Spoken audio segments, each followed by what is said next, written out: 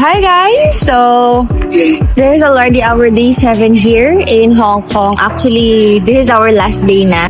Dami kong naranasang bagong experience. Mas bago siya this time around kasi nataon na Chinese New Year din. Actually, enjoy yung 7 days stay na nagkaroon kami dito because we got to experience the different culture, diba, ng ibang bansa. Yun ang pinakagusto naman when it comes to traveling and also, syempre, food, culture, mga lugar. Pero, one thing that really hit me the most dito sa Hong Kong is yung mga OFWs na tinutulungan namin dito. Grabe, in 7 days that I stayed dito sa Hong Kong, sobrang tumaas yung respeto ko when it comes to OFWs here. Kasi imagine na, yung thought pa lang na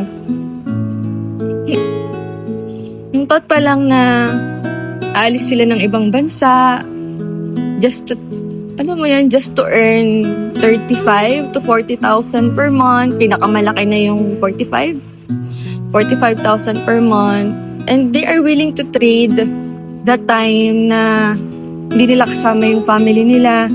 Marami akong naririnig na kwento na iniwan nila yung anak nila sobrang bata pa.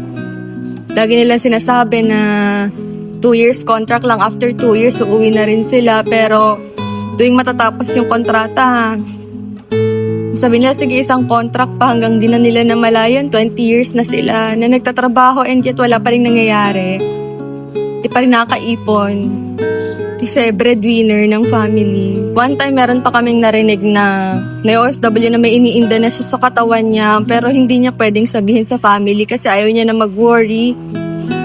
Yung family niya sa kanya, di niya masabi na may sakit siya kasi yung mga anak niya nag-aaral pa daw. Diba? So, alam mo yan, ang tindi ng sakripisyo ng OFWs. And I really do believe that they deserve more in life. Yung thought pa lang ng OFW, hindi nila alam kung ano yung pwedeng mangyari sa kanila sa ibang bansa. But yet, nagre-risk pa rin sila na kahit matagal na hindi makasama yung family, hindi nila alam kung anong pwedeng mangyari sa kanila pag nasa ibang bansa na sila.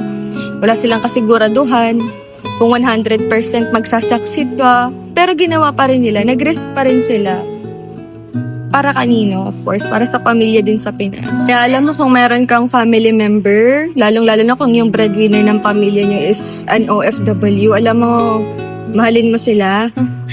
Mahalin mo sila ng sobra kasi ang pagod, itulog mo lang yan. Pain reliever lang yung katapat yan, mawawala na agad yun. Pero yung lungkot at lumbay na hindi nila kasama yung pamilya nila ng ilang taon para lang talaga kumita para sa mga mahal nila sa buhay. Alam mo, yun yung dahilan ba't ang taas ng respeto ko sa kanila. Kaya pag-pray natin sila lagi na they always have good health and mas tatagan pa nila yung loob nila dito sa ibang bansa. At kung ikaw isa ka namang OFW na talagang nagsasakripisyo ng matindi para sa pamilya, you deserve all the best in life and we are very, very proud sa lahat ng sakripisyo na ginagawa niyo. 'Di ba? Para sa mahal niyo sa buhay.